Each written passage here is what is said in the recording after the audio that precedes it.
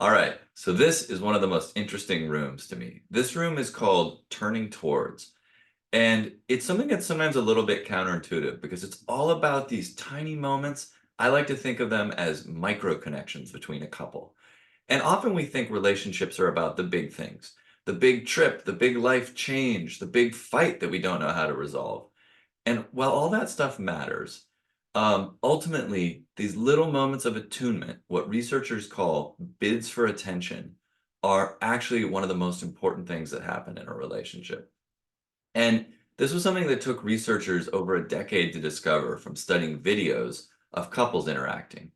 And what they found out was when one partner made one of these bids, and this can be something as simple as looking at their phone and saying, "Oh, isn't that interesting? Look at the results of the debate last night." Or it could even be something like a sigh. Did the other partner acknowledge it? So we're not talking about a huge over the top acknowledgement, but did they literally look at their partner? Did they smile? Or did they just say, "Huh, tell me more"? Or did they tune it out? Or in some cases, did they even turn against it? Quiet, I'm trying to read. So it turns out these little micro connections are actually one of the best predictors of a relationship's happiness and longevity. So it's one of the most important things that we can work on. And I can tell you from my interviews with couples and the assessments that we've done, this is actually the single hardest area for entrepreneurial couples. All right.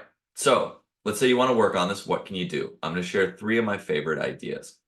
So the first one is devices. Devices are basically like kryptonite for engaging with our partner in these moments of micro connection. So what I love to do is just turn them off for 1 hour each night. You don't have to do anything else, but it creates the space where we can notice what our partner is doing and we can respond. I'm a big fan of the Freedom app, which can actually block a bunch of distracting sites across all your devices, and you can set it up on a regular schedule. All right, number two is a really great technique called the stress reducing conversation.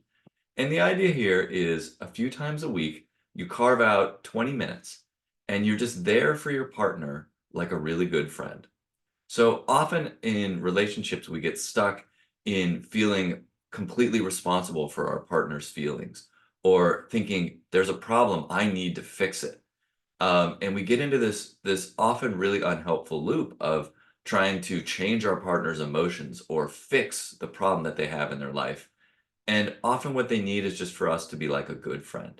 So all we do is we just listen, we empathize with the emotions they're feeling, we ask open-ended questions from a place of curiosity, and then we validate. We say what part of their reality makes sense to us so that they can finally feel like they've been heard after whatever it was that was challenging them.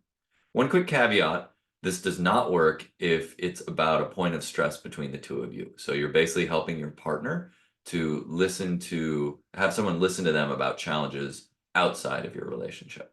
All right, the third technique, I think of this as the magic question.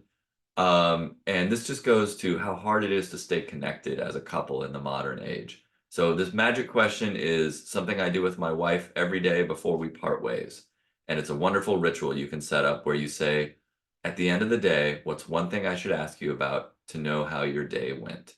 And then just close the loop on that. And it's a wonderful way to stay better connected to your lives that are so busy and have so much going on.